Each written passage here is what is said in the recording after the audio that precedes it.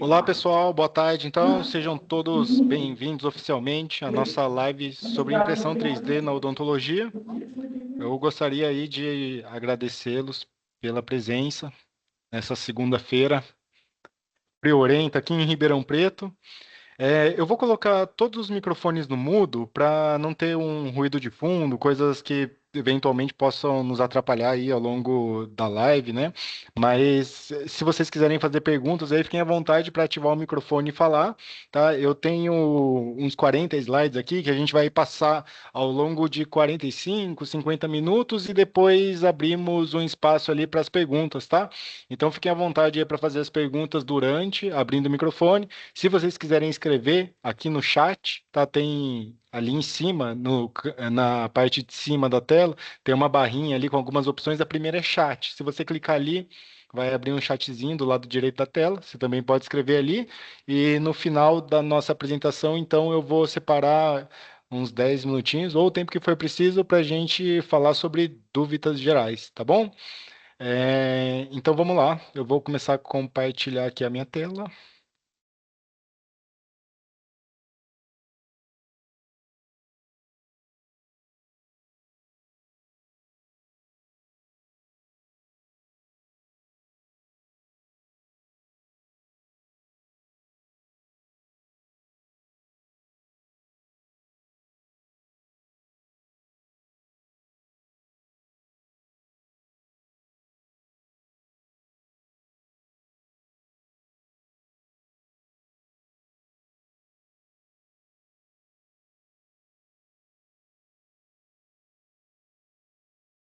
Beleza, todos estão vendo aí, né? Se alguém puder fazer um joinha na câmera aí, só para me dizer se está vendo a tela, tudo certinho.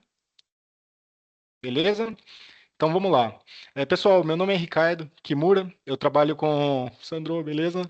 Trabalho com impressão 3D agora há 11 anos, né? A gente começou a Doni 3D lá em 2015, mas em 2014, 2013 eu já estava lá fazendo as minhas impressões. E aí, junto com o meu irmão, mais um sócio, nós fundamos a Doni 3D, que é uma empresa voltada para o CAD/CAM, para o fluxo digital, para a fabricação digital em odontologia. E fomos nos adequando, aprendendo a ensinar, a multiplicar as coisas que a gente tem conseguido fazer aí ao longo desses últimos anos, né? Uma coisa bacana de mencionar é que quando a gente ainda estava concebendo a ideia do que ia ser a Doni 3D, a gente pensando no tamanho do mercado que um dia a gente poderia atender, nós comprávamos relatórios, né, muitas vezes, geralmente, né, dos Estados Unidos, falando sobre o futuro do mercado da impressão 3D.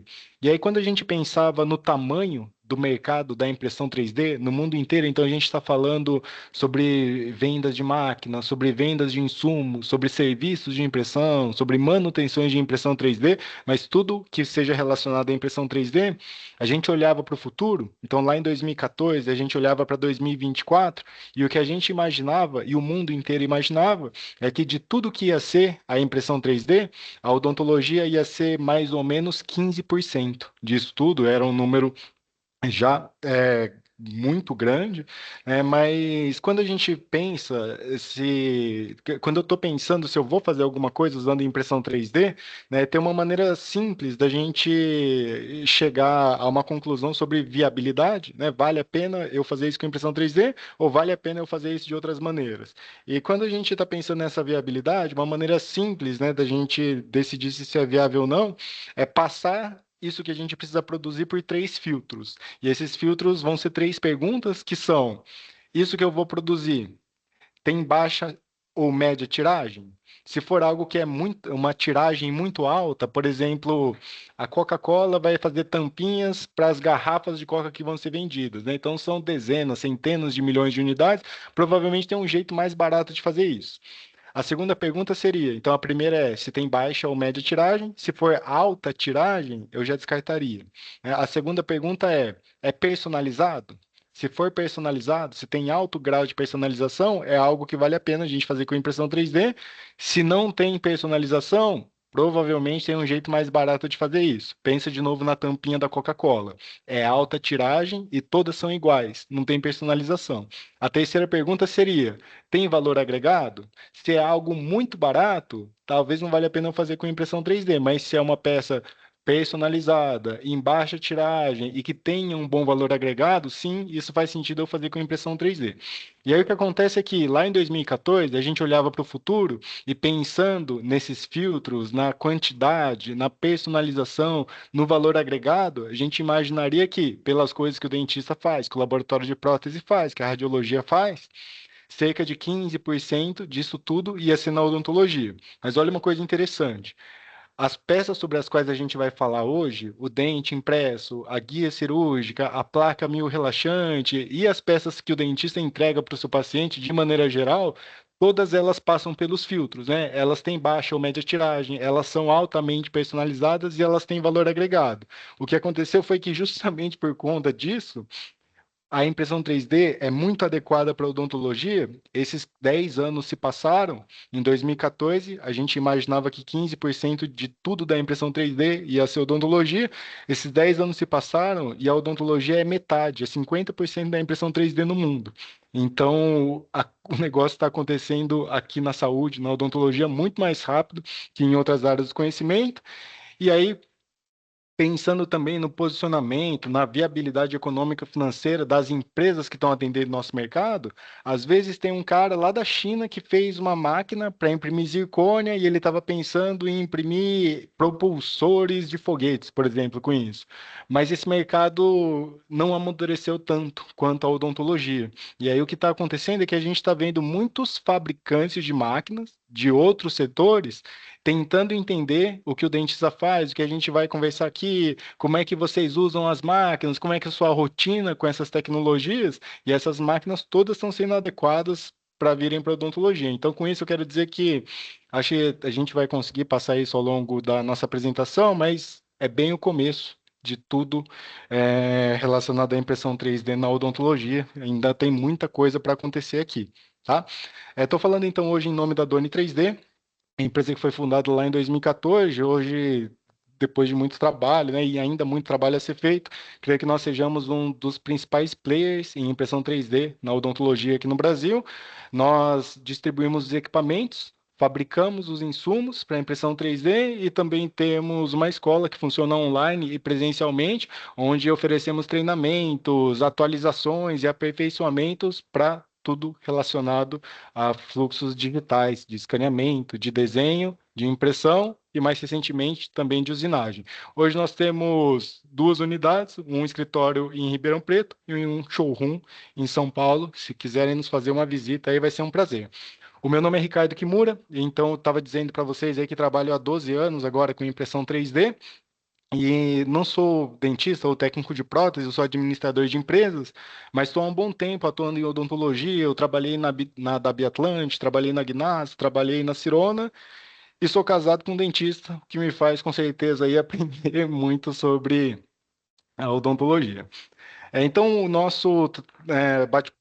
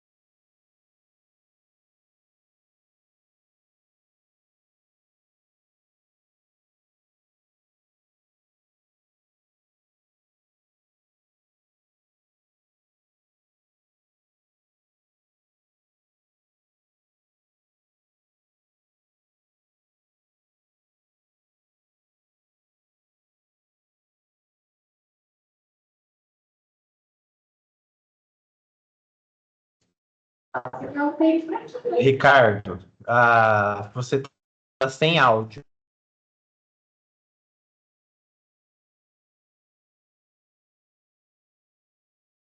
Eu tenho um botãozinho aqui, eu apertei ele sem querer. Então, quando a gente fala de um fluxo desse encadeamento de ações, e ele é digital, porque tudo baseado em computador aí, Lucas, voltou o áudio, né? Mas creio que sim. Voltou.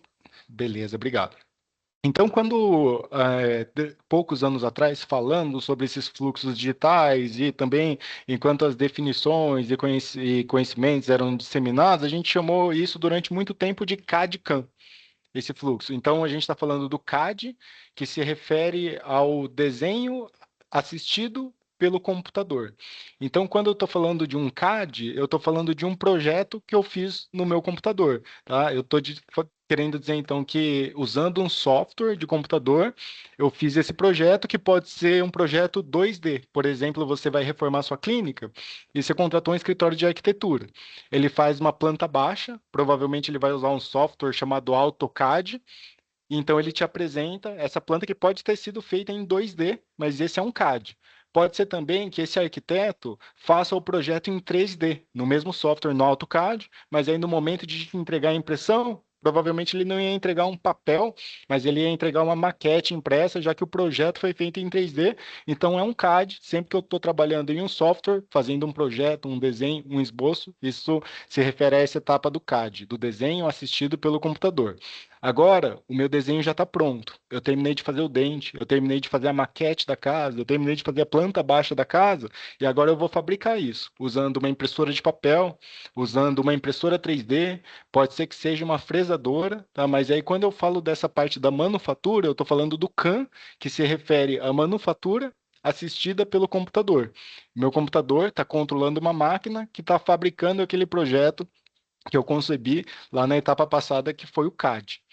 Então, quando a gente fala do CAD-CAM, eu estou me referindo exclusivamente a esses conceitos em que eu faço um desenho no software e depois uso uma máquina para fabricar. Ponto aqui. Porque quando a gente fala, por exemplo, sobre o arquiteto que vai fazer uma planta baixa, ou sobre o engenheiro que está desenvolvendo um produto novo dentro de uma indústria, geralmente ele começa com um software em branco, e dentro desse software em branco ele vai começando a fazer as primeiras formas, daqui a pouco ele fez um implante, ou ele fez um carro, ou ele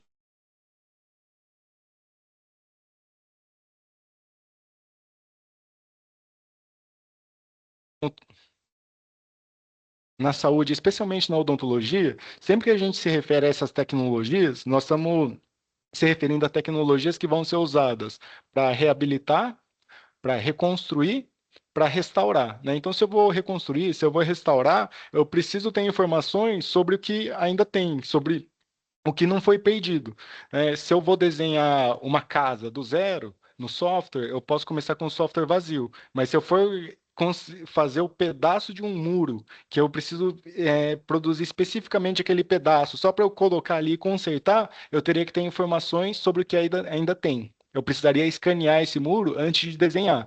E é o que acontece na saúde. Como essas tecnologias vão ser usadas para reconstruir coisas que foram perdidas, a gente sempre tem esse momento que vem antes do CAD e antes do CAM, que é o momento da digitalização do paciente. É o que a gente chama de CAI, é a aquisição de imagem assistida pelo computador. O meu computador está controlando um scanner que faz uma cópia da boca do paciente. O meu computador está controlando um tomógrafo que traz informações dos ossos e dos tecidos do paciente em 3D, ou ele está controlando um ultrassom, mas quando a gente fala desse fluxo na odontologia ou na saúde, de maneira geral, nós estamos falando de um fluxo que é chamado não só de CAD-CAM, mas ele é chamado de CAI, CAD-CAM, porque na primeira etapa eu vou digitalizar o paciente.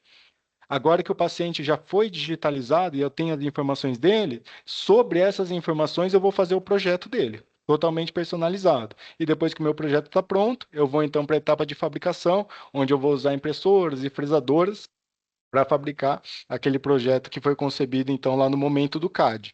Hoje a nossa conversa é mais sobre o CAM, é onde a gente vai dedicar mais tempo, tá? Então, só contextualizando aqui, né, mostrando onde é que o CAM está inserido nesse fluxo, ele está lá no finalzinho desse fluxo apresentado. Para a gente se situar, então, se você está escaneando o paciente, se você está imprimindo o modelo, se você está desenhando um dente no exocad, em que momento desse fluxo você está? Você está escaneando o paciente, usando o seu scanner intraoral.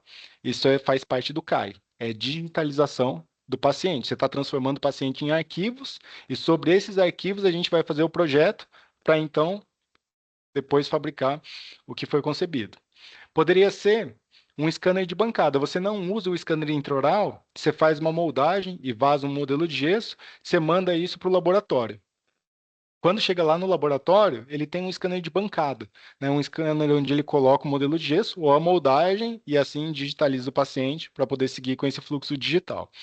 Pode ser que você faça fotos do seu paciente com uma máquina fotográfica, com o seu celular. Pode ser que você use aplicativos ou equipamentos dedicados ao escaneamento facial, né? Já que tudo está ficando 3D, o escaneamento, a tomografia, por que não trazer também as informações da face do paciente em 3D? Uma observação aqui é que nós fabricamos a Cloner, é um produto 100% nacional, uma patente aqui da Doni 3D, que é uma cabine de escaneamento voltada para digitalização de faces. Ainda no CAI, se você usa uma ressonância magnética, se você pede para o seu paciente fazer uma tomografia, seja ela helicoidal ou conibin, se ele usa ultrassom, todos esses são equipamentos que estão lá no momento do CAI, já que eles estão sendo usados para transformar o paciente em arquivos, e esses arquivos a gente vai usar para fazer o planejamento. Então, agora, o seu paciente já foi digitalizado. Você não precisa usar todos aqueles equipamentos, né? Mas a depender do que é o projeto que você vai fazer, você vai definir quais são aqueles dos equipamentos do CAI que você vai usar. Por exemplo, na primeira imagem, eu tenho um CAD, o projeto de um modelo ortodôntico, né? Então eu escaneio a boca do paciente, depois eu vou colocar uma base, provavelmente isocalada, e vou imprimir esse modelo. Que CAI eu preciso fazer para fazer um tipo de CAD como esse? Aqui é só um escaneamento intraoral, né? Escaneia o arco oposto, faz um registro de mordida, depois a gente leva isso para um software onde nós vamos desenhar as bases e colocar para imprimir. Aqui eu só preciso de um escaneamento intraoral. O segundo caso é uma guia cirúrgica, né? Como é uma guia cirúrgica, eu vou primeiro planejar a posição do implante lá dentro do osso do paciente. Então, agora eu preciso de uma tomografia. Só que o escaneamento intraoral, ele tem bem mais veracidade, ele é mais fidedigno do que a tomografia. Então, se eu trabalhar só com a tomografia, eu posiciono o implante, eu tenho aquela riqueza de informações volumétricas do paciente, mas o escaneamento é mais parecido com a boca do paciente do que a tomografia é. E se eu desenhar a guia cirúrgica sobre essa tomografia, provavelmente é uma guia que não fica muito bem adaptada na boca do paciente. Ou ela não encaixa direito, ou ela fica basculando. Aí o que a gente faz? Faz uma tomografia e também faz um escaneamento intraoral.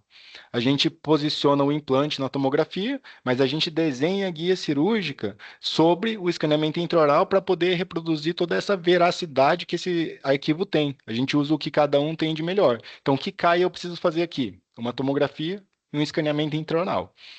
Ou vou fazer um par de dentaduras, um par de próteses totais para o paciente. Quais são os CAIs que eu vou precisar aqui? Quais arquivos eu vou precisar? Vou precisar dos escaneamentos. Então, tem um escaneamento que pode ser intraoral, pode ser o escaneamento de um modelo de gesso. Eu vou precisar ter esses escaneamentos em oclusão. Então, também vou precisar escanear a referência, o rolete de cera marcado pelo dentista.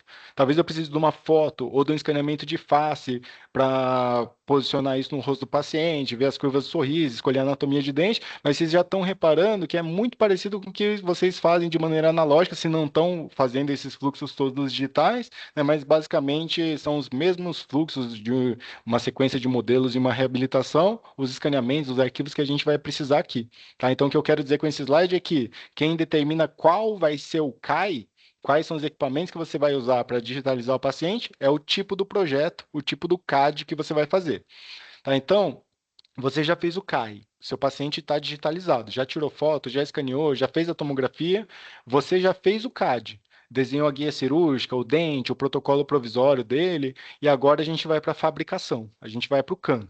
Nesse momento, na fabricação, a gente usa muito as impressoras 3D e as fresadoras na odontologia, mas existem outros tipos de máquina do tipo CAM. Tá? Quando a gente fala então do CAM, é a manufatura assistida pelo computador, a gente está sempre se referindo aqui a esse processo em que o seu computador está controlando uma máquina, fazendo aquilo que o computador está mandando ela fabricar. E para nossa conversa não ficar muito extensa ou até improdutiva, eu não vou falar de todas as máquinas CAM que existem, porque existem máquinas que não fazem sentido o dentista, ou o laboratório de prótese, ou a radiologia usarem, não que elas não façam peças boas, mas ou são equipamentos que são muito grandes, ou eles são muito caros, ou não têm viabilidade econômica financeira, tá? Então eu vou falar basicamente sobre os equipamentos que a gente usa na odontologia, que são as impressoras 3D e as fresadoras, aqui no CAM, tá bom? Então até aqui, gente, nós falamos do fluxo, o que é o CAI, as etapas de digitalização do paciente, o que é o CAD, o momento em que a gente faz o projeto, e o que é o CAM, onde eu estou mostrando aqui para vocês que a gente usa muito as impressoras 3D e as fresadoras, mas citando também que existem outras máquinas CAM, mas a gente não vai falar sobre essas porque não é o que vai ser usado muito provavelmente no ambiente de vocês. Tá? E aí, quando a gente vê muitas discussões, né, maneiras, ou opiniões sobre os equipamentos e sobre os fluxos, mas quando a gente está falando sobre esses fluxos de CAI e CAD-CAM, existe uma maneira objetiva da gente avaliar se isso que foi feito usando o scanner, a impressora, o software, se isso é bom ou não. Tá? Tem uma ISO, uma normativa sobre isso, que é lá de 1994, ela está sendo atualizada nesse ano, porque as tecnologias também mudaram, mas essa ISO diz para nós que se você está avaliando algo feito num sistema, num fluxo CAI e CAD-CAM, então se eu estou pensando, esse scanner é bom ou não, eu vou avaliar isso assim. Esse modelo que eu escaneei é bom ou não? Eu vou avaliar assim. E essa fresagem? Eu vou avaliar assim. E essa impressão? Eu também sempre vou avaliar assim, porque eu estou falando de CAI e CAD-CAM e essa ISO normatiza que a gente vai avaliar tudo isso olhando através desse prisma da acurácia. O que é a acurácia? A acurácia é uma medida que nós vamos tomar a partir da observação de duas outras medidas. E essas duas outras medidas são a veracidade e a precisão. Vamos lá. Quem é a veracidade? A veracidade se refere à fidedignidade. Tá? Então, imagina que você está usando um scanner intraoral, você acabou de escanear o seu paciente e agora você está pensando assim: quanto que esse objeto que eu estou vendo na tela do meu computador, essa cópia da boca do paciente, realmente é igual à boca do paciente de verdade? Isso é uma medida de veracidade, é fidedignidade. Um ponto importante aqui: nenhum processo sobre a face da Terra é capaz de reproduzir algo com 100% de veracidade. Eu vou dar um exemplo para vocês. Imagina que você vai moldar um paciente, e aí você está moldando uma região interproximal, então você tem uma parede de um dente aqui, aqui você tem outra parede de dente, não tem diastema nesse paciente, e você está moldando ele. Quando você moldar o paciente, nesse espaço aqui você não tem espaço para o material de moldagem escoar. Então o que vai acontecer é que você vai moldar as outras superfícies, mas se você olhar para o modelo de gesso ou para a sua moldagem, vai parecer que esses dois dentes são uma coisa só. Você não consegue copiar essas paredes porque o material não chega ali. Se você escanear isso, também vai parecer que tudo isso é um dente só. Né? Tem um contorno só porque você não consegue escanear essas paredes que estão aqui no meio, porque a luz do scanner não vai chegar ali. Se for importante você copiar esse espaço, porque tem um preparo e você está pensando ali nos contatos, aí você vai preparar, né? Você dá espaço para moldar, dá espaço para escanear, e aí quando a gente consegue copiar, isso fica tão próximo da casa do 100% de veracidade que o que cai na diferença aí é clinicamente relevante, tá? Mas essa questão das paredes proximais que a gente não consegue copiar é um exemplo simples e claro de como nenhum processo tem 100% de veracidade. Por que é importante a gente saber que esses processos não têm 100% de veracidade? Porque quanto mais vezes eu precisar reproduzir, menos veracidade eu vou ter. Por exemplo, eu escaneei a boca do paciente, estou vendo ela na tela do computador. Eu estou aqui diante de alguma coisa que tem 99 e tantos por cento de veracidade, mas não é 100%. E imagina então que agora você vai imprimir essa boca que você escaneou. Entre o arquivo que está na tela do computador e o arquivo que vai sair da sua impressora, você também vai perder um pouquinho de veracidade. Aí imagina agora que você vai pegar o scanner e escanear o modelo que você imprimiu para fazer esse processo todo de novo. A cada vez você vai perdendo detalhes, detalhes, detalhes, até que em algum momento, né? Eu acho que vai ser depois de dezenas de vezes, você não vai conseguir reconhecer esse modelo, porque você sempre vai perdendo um pouquinho. Tá? Isso é veracidade. Veracidade é fidedignidade. E se eu quiser saber a veracidade do scanner, eu estou avaliando o escaneamento, estou avaliando o equipamento, estou avaliando o software. Se eu estou pensando na veracidade da impressão, eu estou pensando quanto que isso que saiu da impressora é igual ao que eu tinha na tela do computador. Mas se eu estiver pensando no fluxo inteiro, o quanto que o que saiu da impressora é igual à boca do paciente, aí eu tenho a perda de veracidade ao escanear e depois eu tenho a perda de veracidade ao imprimir, né? Então, quanto mais eu for encadeando essas etapas, mais menos veracidade eu vou tendo, mas é muito superior ao que a gente fazia de maneira analógica, tá bom? Isso é a veracidade. Quando eu falo sobre a precisão, que é a segunda medida que a gente vai usar para poder aferir a acurácia, a precisão, de acordo com essa ISO, se referindo ao K e K de CAM, ela se refere só a uma coisa, repetibilidade. Tá? Então, uma máquina que tem alta precisão, ela faz as peças sempre iguais. E uma máquina que tem baixa precisão, você imprime uma peça, saiu boa. Daqui a pouco você imprimiu a mesma peça, saiu mais ou menos. Daqui a pouco você imprimiu outra peça, saiu ruim. Aí você imprime outra, ficou muito boa, melhor que a primeira. Isso é uma máquina que não tem baixa precisão. Ela pode ser que seja uma máquina que não é boa, mas todo dia ela é ruim igual. Pelo menos ela tem boa precisão, tá? Quando eu falo em acurácia, eu estou falando de uma medida tomada a partir da observação dessas duas medidas, a veracidade e a precisão. Por fim, eu tenho aqui a resolução, que a resolução mede a capacidade desse equipamento de reproduzir detalhes. Então, eu tenho um scanner que trabalha em alta resolução, significa que ele consegue escanear detalhes muito pequenininhos. Eu tenho um scanner que tem baixa resolução.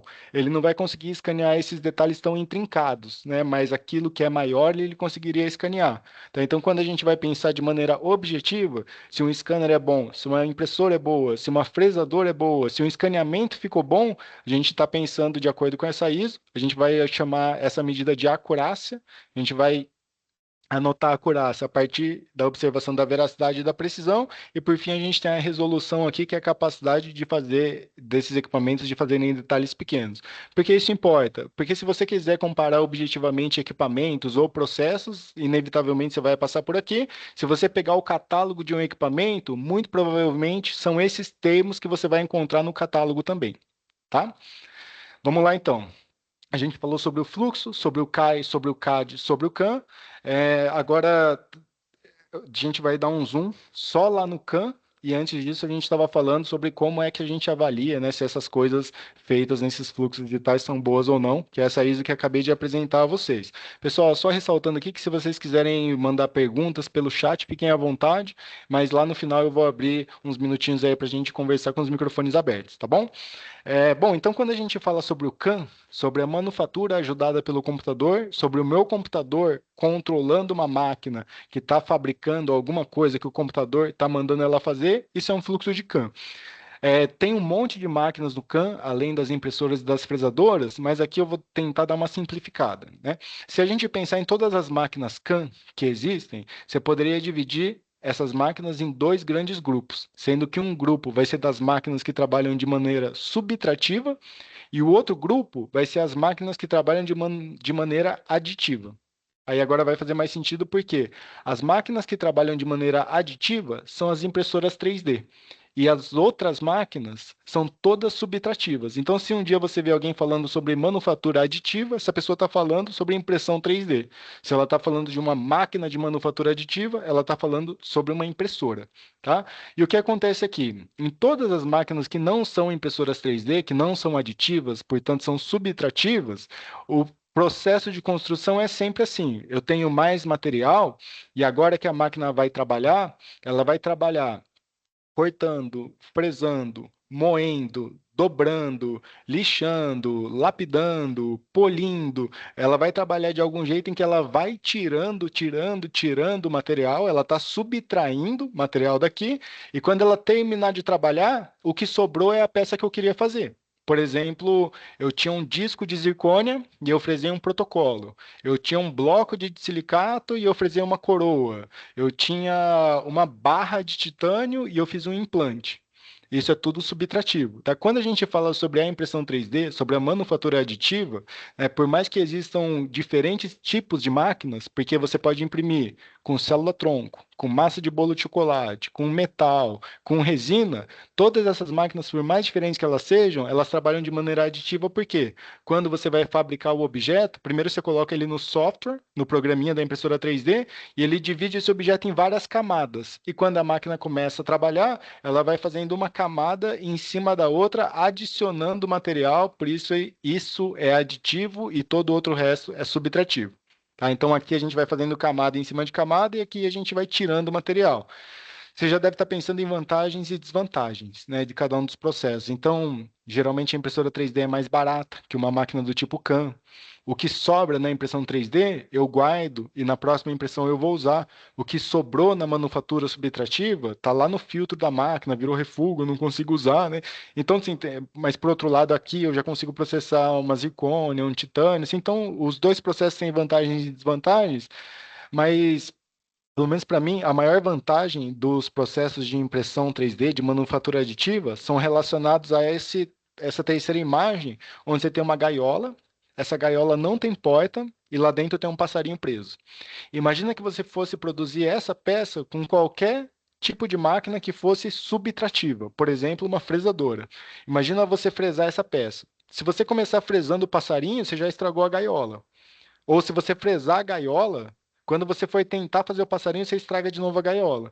Né? Mas nota como isso seria algo trivial com a impressão 3D. Ela ia fazer uma camada que é a base da gaiola, depois outra camada que é a base da gaiola com o pé do passarinho, o meio da gaiola com o corpo do passarinho, o meio da gaiola com a cabeça do passarinho. E assim ela vai terminando, empilhando o material. Quando ela terminar, isso está impresso aqui dentro. Tudo que a gente usa, tudo que a gente compra hoje é da forma que é, porque a gente tenta fazer bonito, mas você tem que sacar isso de um molde, você tem que tirar de uma forma, e isso impõe muitas restrições de geometria para as nossas peças. Quando a gente está falando sobre impressão 3D, você não precisa ficar tão limitado à geometria das peças, porque você consegue trabalhar aqui de maneira mais livre, pela maneira como a impressora vai empilhando o material. A estimativa aqui, gente, é que dentro dos próximos 5 anos, 20% de tudo que você vai comprar vai ter, quando você comprar alguma coisa, 20% disso vai ter sido impresso, tá? Porque placas de circuito, memórias, enfim, tem muitos componentes que estão passando a ser impressos e é um movimento aí que tem se intensificado. Pessoal, então só contextualizando aqui, a gente falou sobre o fluxo, sobre o K e K de CAM, sobre a ISO que a gente usa para avaliar os objetos, né, os processos, os trabalhos que foram feitos com esses fluxos. Aí agora a gente está falando mais especificamente sobre o CAM, onde eu mostrei para vocês que tem as máquinas que são aditivas e tem as máquinas que são subtrativas, sendo que as máquinas que são aditivas são as impressoras 3D e todas as outras máquinas, por exemplo, as frisadoras, são subtrativas. Tá? A partir daqui a gente só vai falar sobre impressão 3D, o tema aí da nossa aula, e aí o que acontece? Tem uma outra ISO, essa aqui é de 2018, que ela normatiza que existem 7 tecnologias de impressão 3D. Tá? Então, tem um tipo de impressora 3D que polimeriza a resina dentro de uma tigelinha. Aí tem outro tipo de impressora 3D que trabalha derretendo plástico. Aí tem um outro tipo de impressão 3D que coloca as resinas em cima de um prato. Aí tem outro tipo de impressão 3D que coloca um pó e cola esse pó. Tem impressoras 3D que imprimem com laser, em polímeros ou metais. Tem impressoras 3D que imprimem diretamente com metal. Tem impressoras que colam folhas de papel. Mas se você ler essa ISO, você poderia encontrar qualquer impressora 3D do mundo e você saberia classificar ela. Essa máquina pertence a essa família, essa máquina pertence a essa família. Né? Por que eu estou mostrando isso aqui para vocês? Porque o que a gente tem visto na democratização da impressão 3D é justamente relacionado a esse processo de quebra de patentes, né? Então, o que aconteceu foi que essas máquinas foram inventadas. Essa impressão, por exemplo, a que a gente mais usa de resina, ela foi inventada lá na década de 80. Só que durante 15, 20 anos, isso era propriedade intelectual de poucas empresas. Então, imagina quanto que custa uma máquina que você fabrica, só você pode produzir e todo mundo quer comprar. Eu não sei que máquina é, mas provavelmente é uma máquina muito cara. E era o que acontecia com as impressoras 3D. Mas o que acontece é que essas propriedades intelectuais têm vigência limitada, elas expiram, e quando essas patentes expiram, esses conhecimentos viram domínio público. E logo muitos outros fabricantes começam a fazer essas máquinas, elas começam a ficar mais baratas, mais capazes, às vezes melhores, e isso causa essa democratização que a gente tem visto aí, principalmente nas impressoras 3D na odontologia. Então, um exemplo disso é que uma máquina de resina, como essas que a gente vai mostrar hoje, que custam 5, 6, 7, 8 mil reais, 10 anos atrás custavam 400, 500, 600 mil reais para usar as mesmas resinas, para fazer as mesmas peças com a mesma veracidade que a gente faz hoje, justamente porque agora você tem muito mais empresas fabricando isso. O que eu poderia assumir também a partir dessas afirmações, então, que essa inspiração, né, das propriedades intelectuais causam democratização das tecnologias de impressão 3D, que logo essas outras patentes também vão inspirando, e aí daqui a um tempo você vai escutar falar sobre impressoras que misturam resinas, sobre impressoras que imprimem com gesso ou com cerâmica, sobre impressoras que fazem uma barra de titânio, ou um bracket, ou uma interface de um implante, são as outras tecnologias aí atingindo o nosso mercado. Tá? Naturalmente, a gente vai encontrar essas impressoras que já são, né, propriedade intelectual expirada, elas viraram domínio público, então tem muito mais empresas fabricando e maior disponibilidade. Por exemplo, essas máquinas de filamento, a gente já tem 35, 40 mil máquinas no Brasil, máquinas de resina também, já tem dezenas de milhares, mas elas vão ficando mais escassas até que lá no topo da pirâmide, se você for pensar nessas máquinas que imprimem diretamente em metal, a gente encontra menos que 10 máquinas no Brasil, porque são máquinas muito mais caras. Eu vou falar hoje sobre duas dessas tecnologias de impressão 3D, que são as que a gente vai encontrar por enquanto na odontologia. Uma delas é essa impressão em filamento, tecnologia chamada de impressão FDM, e a outra vai ser a impressão de resina, aí, que eu creio que é o que vocês já usam ou mais vão usar. Tá, então, vou passar rapidamente aqui pelo filamento, depois a gente vai lá para as impressoras de resina. Mas quando a gente fala dessas impressoras de filamento, se vocês ainda não usaram ou viram essas impressoras funcionando, é simples de entender porque ela se comporta como se ela fosse uma pistola de cola quente operada por um robô. Então, quando eu vou usar essa máquina, o material dela é uma bobina, é um rolo de fio, é um fio de plástico, geralmente é um ABS, que é o mesmo plástico das peças de Lego. Eu coloco essa bobina lá atrás da máquina, aí eu pego a pontinha do carretel e coloco aqui no carro da impressora. Agora ela vai começar a trabalhar. Vou fazer um paralelo com a pistola de cola quente. Imagina que eu liguei uma pistola de cola quente na tomada, ela já está aquecida, agora eu abasteci ela com um tubo de cola e eu vou começar a usar. Quando eu apertar o gatilho, esse tubo de cola vai ser empurrado contra o bico da pistola. Só que essa pistola está com o bico aquecido. Então ele vai passar a derreter essa cola e ele vai extruir essa cola que tinha um diâmetro, sei lá, de 1 centímetro, 1,5 centímetros, e um diâmetro bem menor, e esse diâmetro depende da ponta do bico da pistola. Se ele for bem fininho, sai um fiozinho fininho. Se ele for grossão, sai um fiozão grossão dali, né?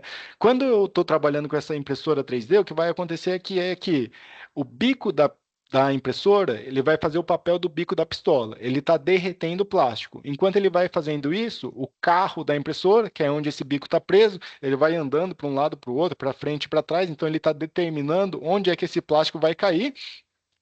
O carro da impressora está derrubando o plástico. Agora a plataforma da impressora vai descendo, dando espaço para mais camadas de material serem empilhadas. Assim a nossa peça vai sendo tridimensionalmente construída. Tá? Tem um monte de vantagens desse tipo de impressão. Por exemplo, é uma impressora que não é cara, os materiais são acessíveis, as peças têm boa resistência mecânica, mas quando a gente pensa no dentista usando, a não ser que sejam aplicações de média precisão, é legal usar outro tipo de impressão, tá? Porque as impressoras de filamento, né, se você olhar uma peça feita com essas impressoras, você vai notar que não é difícil você encontrar essas marquinhas de camada, que são inerentes a esse processo de trabalhar se adicionando material. Ainda, se você fizer uma secção nessa peça, você vai encontrar que as camadas têm raio, porque o material estava sólido, ele foi fundido e depois solidificou de novo, então ele passa por essa fase plástica, e aí acontece que todas essas camadas ficam com um pequeno raio. A gente não indicaria isso para aplicações de alta precisão ou de alta veracidade, mas se você está diante de um biomodelo que você vai fazer a partir de uma tomografia, se é um modelo para documentação ortodôntica, aí naturalmente a gente poderia usar Essas impressoras, porque a resolução, a capacidade de detalhes delas é compatível com o que se espera nesses tipos de procedimento, mas se eu estou diante de uma aplicação de implantes, de prótese, aí provavelmente não. Aí a gente vai indicar outro tipo de impressão, que são as impressoras de resina, sobre as quais a gente vai falar de agora até o final da nossa apresentação. Tá bom? Então agora a gente vai falar sobre essas impressoras, que são as impressoras de resina. Elas são chamadas de impressoras do tipo SLA, que significa Stereolithography Apparatus, e é com essas impressoras que a impressão 3D foi inventada, lá em 1983.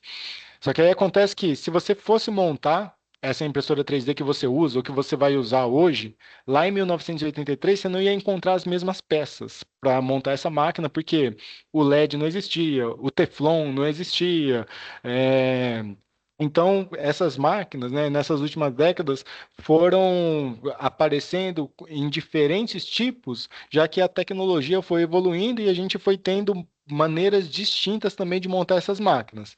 E hoje, a impressão do tipo SLA, essas impressões de resina, se dividem basicamente em três grandes famílias. Tá? Então, como é que eu identifico uma impressora do tipo SLA? Eu olho para essa impressora, ela tem um tanque, uma tigelinha, onde eu coloco a resina líquida.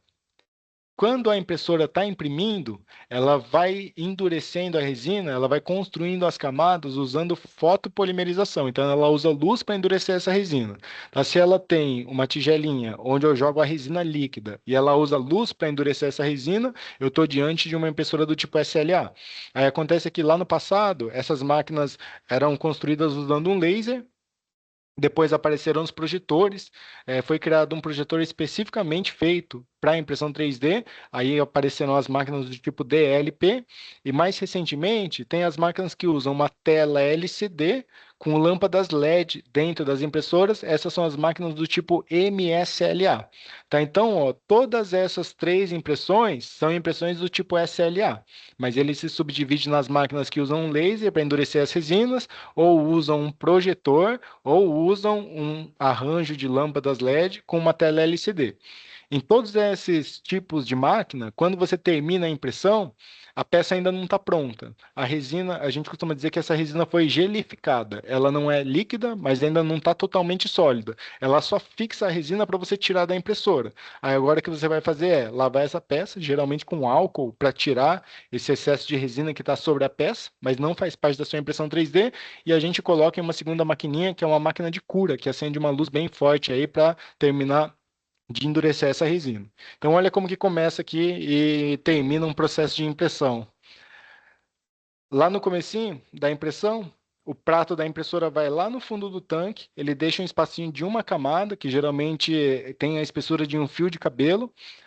O laser, ou o projetor, ou a tela LCD da máquina trabalham aqui endurecendo essa resina. Agora que essa resina foi endurecida, a impressora levanta o prato para desgrudar ela do fundo do tanque, também dá espaço para a resina nova ocupar ali, e agora o prato desce e faz a segunda camada. Enquanto eu explicava aqui, acho que ela fez 5, 6 vezes esse processo, tá? Mas está bem acelerado também. Geralmente, imprimir um modelo leva 300, 350 camadas ao longo de 40 ou 50 minutos, tá? Mas aqui só ilustrando para que a gente entenda então como é que esse processo se dá. Eu começo imprimindo a primeira camada que está grudada lá no prato e no fim o prato já está bem levantado e a gente vai fazendo essas últimas camadas que nesse caso estão lá na região anterior desses modelinhos Geller que estão sendo impressos. E se você for pensar nos tipos de impressão que existem, então, aqui a gente consegue entender as diferenças entre essa impressora do tipo DLP, que trabalha com um projetor, as impressoras do tipo MSLA, que trabalham com lâmpadas LED e uma tela LCD filtrando essa imagem, e as impressoras que trabalham com laser, tá? E aí talvez seja uma peculiaridade do Brasil, mas aqui a gente está vendo as impressoras laser caírem um pouco em desuso na odontologia, porque como vocês podem ver aqui nessa representação gráfica, essas impressões são mais lentas do que as outras impressoras, tá? Então, a partir daqui, eu não vou mais falar sobre essas impressoras laser SLA, eu vou continuar falando só sobre as impressoras DLP ou sobre as MSLA, que provavelmente são as máquinas que vocês estão usando aí ou que vão usar dentro dessas próximas semanas, tá? E aí, quando a gente fala dessas impressoras, às vezes você vê um modelinho que a pessoa imprimiu deitado, ou a pessoa imprimiu o modelo em pé, ou ele vem meio inclinadinho com suportes assim, porque é que eles são posicionados de maneiras distintas. Aqui nós costumamos dizer que você tem um trade-off entre tempo e quantidade de peças. Se eu coloco o modelo deitado lá no prato da impressora, tem poucas camadas para a impressora fazer. Essa impressão vai mais rápido. Só que, por outro lado, quando o modelo está deitado, ele ocupa um espação do prato e aí eu não consigo colocar tantos modelos. Nesse caso, eu consegui colocar dois modelos e eu faria essa impressão ao longo de 1 hora, 50 minutos, 40 minutos. Olha o contrário, lá na última imagem, eu não vou imprimir o modelo deitado. Eu vou imprimir o modelo em pé.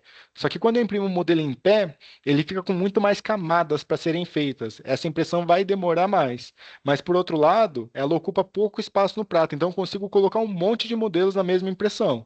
Assim, eu teria uma quantidade melhor, mas num tempo pior de impressão, né? Demoraria mais tempo. E, por fim, se a gente coloca os modelinhos assim meio inclinados, esses modelos ficam um pouquinho mais lisos. Então, eu digo que assim a gente tem uma melhor qualidade de impressão, mas lembra lá do gráfico do slide sobre aquela ISO que a gente usa para avaliar, né? Se eu pensar no que realmente importa, na acurácia, esse modelo pode ser tão bom quanto esse, que pode ser tão bom quanto esse também, tá? Agora eu vou falar então especificamente aí sobre as impressoras e as impressões, né? Eu estou mostrando aqui algumas das impressoras que a gente usa aqui na Doni 3D e eu mostro esse slide justamente para dizer que a gente acha que não tem uma impressora que seja melhor do que a outra, mas tem uma impressora que é mais adequada para aquilo que você vai fazer. Por exemplo, você é um clínico e você quer imprimir placas, modelos, provisórios, guias cirúrgicas, dentes também com a sua impressora 3D. Aí, às vezes, você compra essa impressora, que é uma impressora de LCD, MSLA, que custa lá seus 35 mil reais, só que é uma impressora que tem uma área de impressão desse tamanho. E se ela tem uma área de impressão desse tamanho, aquela tigela de resina onde você vai colocar o material tem que ser maior do que o prato, já que ele entra lá nessa tigela. Aí você vai imprimir uma faceta, o prato dela é tão grande que às vezes você precisa abrir 2 ou 3 garrafas de resina só para abastecer a impressora e imprimir uma única faceta. Era melhor você ter comprado a primeira máquina, que tem um prato de impressão menor. Você consegue trocar materiais, com pouco material você começa a imprimir, tá? E essa primeira impressora ela seria mais indicada, por exemplo, para uma fábrica de alinhadores ou para uma radiologia que precisa imprimir muitos modelos, tá? Então, a aplicação é que vai definir aí qual vai ser a melhor impressora, por isso a gente sempre recomenda você conversar com um amigo que já usa bastante impressão 3D ou com alguém que trabalhe com isso, porque não existe um fluxo digital, tá? A depender do seu tempo livre, das coisas que você quer fazer, da sua afinidade com tecnologias, né? Pode ser que esse fluxo seja ligeiramente diferente aí das referências que você traz nesse momento de montar o fluxo. Então, agora eu vou falar sobre as coisas que a gente pode imprimir, tá? Aqui, gente, essa primeira impressora, que é uma impressora de projetor, ela é chamada de Doni One, né? Acho que é a máquina que a gente mais comercializa aqui na Doni 3D. Se você está pensando em começar ou se você já faz uso intermediário e está pensando em migrar do LCD para um projetor, seria uma boa impressora. Se você tiver interesse, para quem estiver nessa live aqui até o final de semana, a gente está com condições especiais dela. Aí apresentamos para vocês aí em particular e depois, tá bom? Bom, então vamos lá. Coisas que você pode imprimir com a sua impressora 3D. Lembrando aí que essas coisas que eu vou mostrar independem da impressora. Em todas aquelas impressoras que eu mostrei, você poderia imprimir essas mesmas coisas, tá? Então, talvez a necessidade mais básica aí, ou o primeiro tipo de impressão que você vai fazer sejam impressões de modelos. Aqui a ressalva é: tem resinas que oferecem alta resolução, alto detalhamento, consequentemente elas oferecem melhor veracidade. E tem resinas que são mais baratas, porque às vezes é um modelo de estudo, é um modelo para alinhadores, é um modelo ortodôntico, e essas resinas oferecem menos resolução, portanto também menos veracidade. A gente costuma dividir essas resinas entre resinas de modelo de trabalho, essas que oferecem alta veracidade, e resinas de modelo de estudo, essas que oferecem menos veracidade. Aqui eu vou mostrar resinas de modelo de trabalho, tá? Então eu tenho um enceramento, eu estou diferenciando elas basicamente pela cor, já que são todas de trabalho. Ou você encontrou um probleminha na boca do seu paciente, aí você vai imprimir um modelo para mostrar para ele. Acho que é legal uma resina cinza, porque tudo que tiver de detalhe ali você consegue enxergar, tem bastante contraste. Mas às vezes você vai finalizar uma resina, uma cerâmica sobre esse modelo impresso, e aí um modelo tão escuro assim pode te atrapalhar no momento de fazer a maquiagem, de fazer a finalização dessas peças. Aí de repente você vai para uma resina ocre, ou uma cor salmão, ou uma cor marfim, tá? Eu tenho aqui um modelo troquelizado, né, em que o modelo é alveolar e os troquéis estão impressos, que é só para dizer que se tiver tudo bem ajustadinho, calibradinho, o operador sabe o que está fazendo, um equipamento de qualidade com bons materiais, esses materiais têm potenciais para serem tão bons quanto o modelo de gesso, tá? Uma resina salmão, posso usar uma resina cor de pele também, né? Se o processo estiver todo certinho, eu vou trabalhar com silicone sobre esses materiais, não vou ter problemas. E aqui eu tenho um caso em que eu tenho um modelo todo troquelizado, né? Então tem os troquéis alveolares e a reabilitação, as cerâmicas foram fresadas, né? Sobre esse modelo, a gente vai fazer o assentamento individual de cada uma dessas cerâmicas e depois nós vamos colocar todas sobre o modelo para fazer a maquiagem e ajustar os contatos oclusais e também proximais. Tem que ser muito igual à boca do paciente, né? Então aqui é uma resina de modelo de trabalho. Olha a adaptação da peça fresada sobre o troquel impresso. Isso aqui não é só processo de máquina, né? Tem um bom dentista, um bom técnico, um planejamento legal, mas é claro que também o processo de máquinas aí foi bem feito, só para mostrar então que veracidade, acurácia, precisão de impressão e de fresagem andam juntas, né? É importante que seja dessa maneira. Estava dizendo para vocês que tem resinas que oferecem alto detalhamento e resinas que oferecem menor detalhamento, porque às vezes o que você vai imprimir não tem tantos detalhes assim, ou não precisa de tantos detalhes. Um modelo que vai servir para documentação ortodôntica, ou às vezes você vai imprimir um biomodelo que é feito a partir de uma tomografia. E a tomografia faz muito menos detalhes que o escaneamento intraoral. Aí sim faz sentido a gente trabalhar com essas resinas mais acessíveis em custo, que vão oferecer menos detalhamento, mas que são resinas aí para modelos de estudo. Existem também as resinas calcináveis. É uma resina que vai passar pelo processo de cera perdida para dar espaço para um metal, para uma cerâmica, né? Então, quando você vê a pessoa desenhando e imprimindo em cera ou imprimindo em calcinável, ela vai incluir essa impressão, depois no forno vai eliminar, vai injetar outro material e desincluir, né? Mas é interessante o nível de acurácia em que essas peças chegaram. Hoje a gente consegue fazer sobre implante sem uso de interfaces metálicas ou calcináveis e mesmo brackets ortodônticos que são impressos de maneira personalizada e depois são fundidos e vêm com esse nível de detalhamento, tá? Se você trabalha com alinhadores, né, todos os alinhadores hoje também são feitos a partir de processos de impressão. A gente faz o estagiamento, onde você vai ter a posição dos dentes do seu paciente em cada semana desse tratamento. A gente imprime todos esses modelos e sobre cada um deles nós fazemos ali uma termoformagem, né, como se fosse uma plaquinha de clareamento.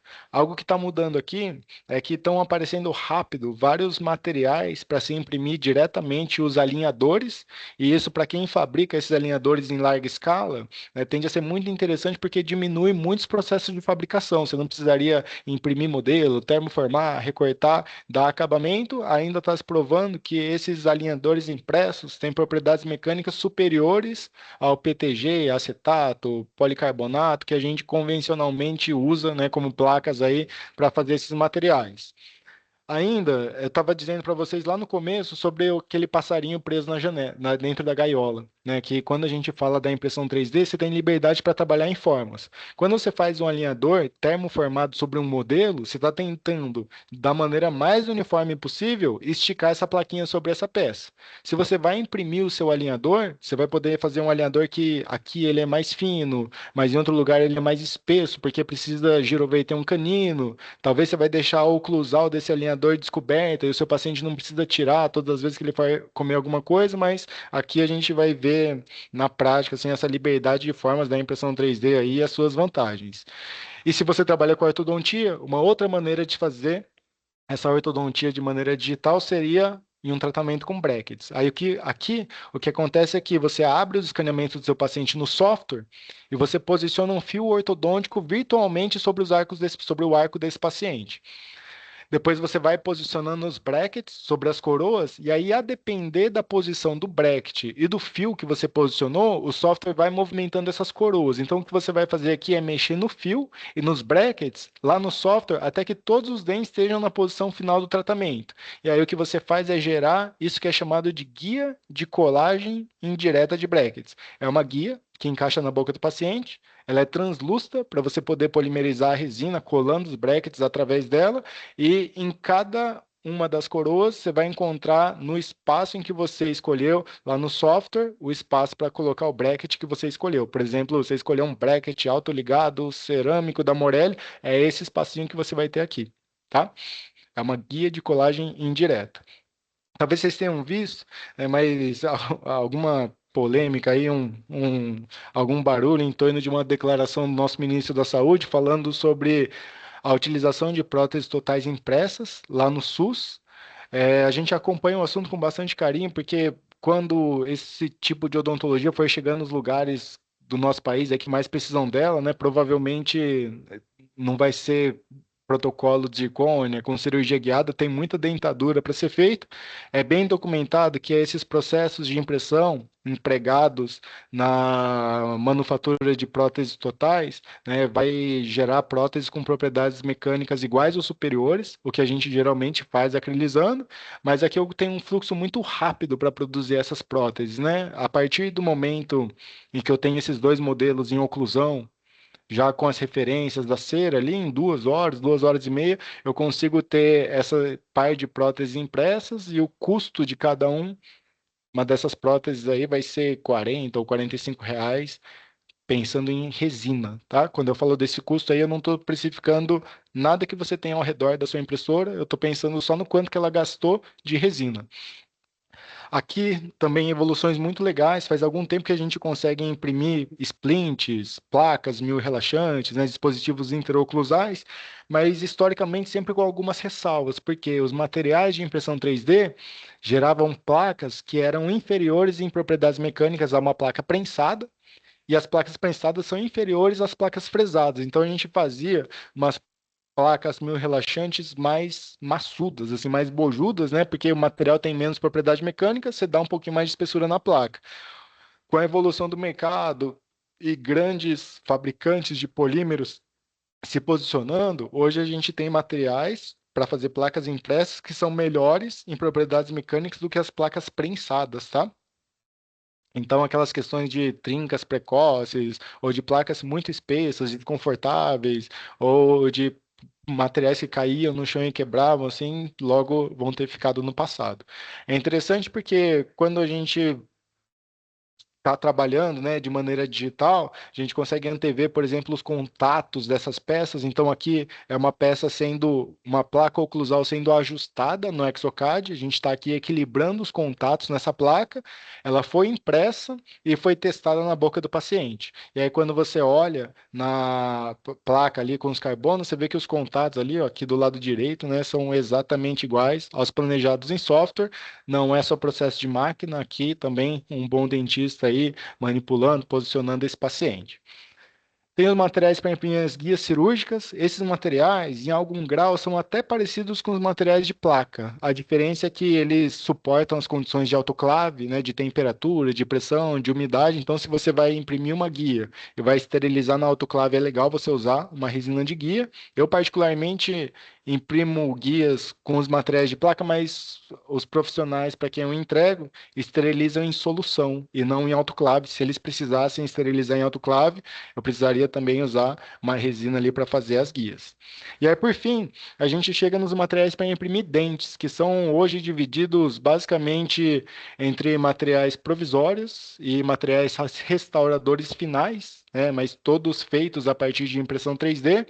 E ao longo desses últimos anos, nós trabalhamos com os materiais da Iley, trabalhamos atualmente com os materiais da MakerTech, que tem um custo-benefício excelente, tem resinas que têm 15% de sílica de carga na sua composição, são indicados para uso de até um ano em boca, como é o caso dessa resina a Bioprov, da MakerTech. Só para vocês terem ideia de custo, né, quando a gente está falando sobre esses provisórios impressos, eu estou falando sobre uma garrafa de resina que tem 250 gramas de material e que custa mais ou menos R$ 600.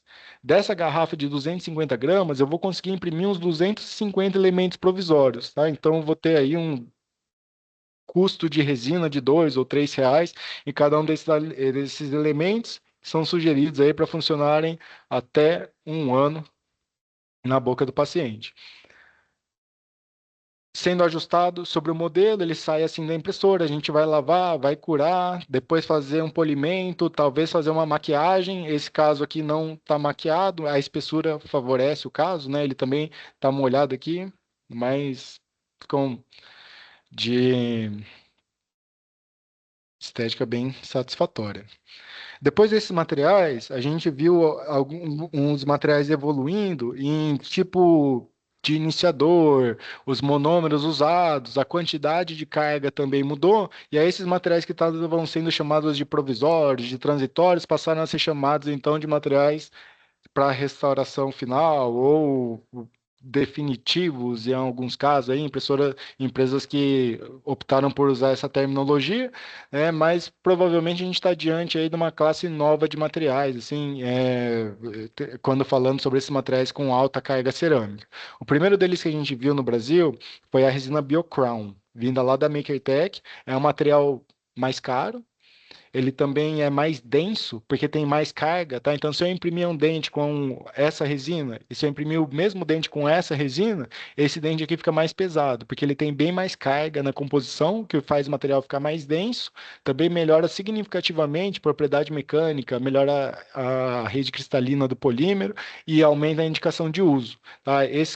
Tem caso aqui que a gente está acompanhando agora há 5, 6 anos, assim, com certeza é,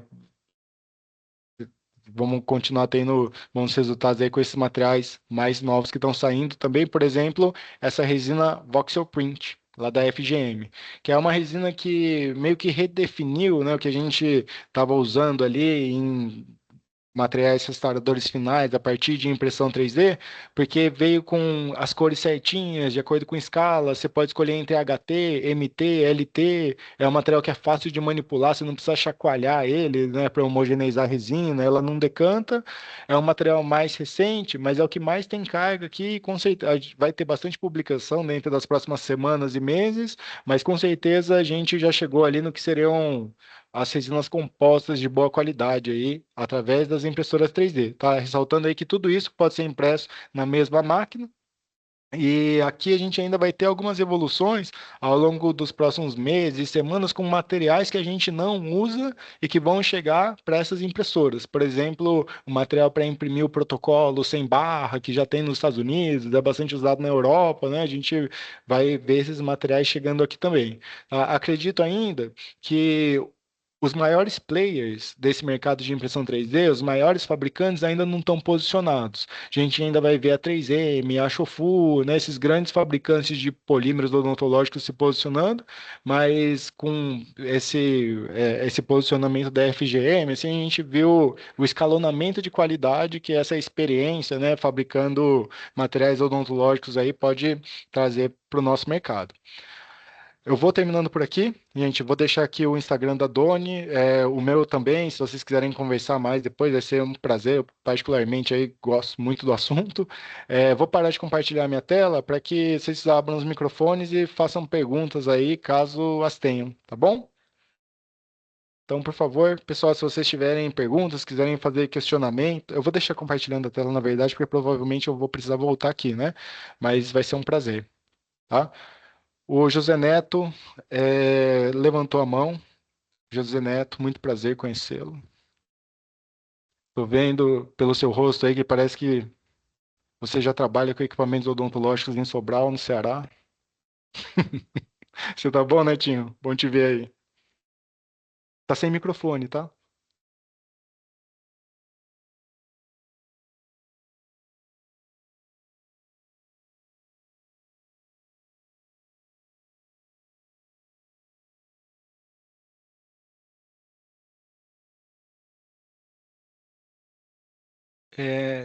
Gente, eu não sei se é alguém aqui da Doni que consegue ativar o microfone do Netinho ali. Eu tentei aqui, mas não consegui.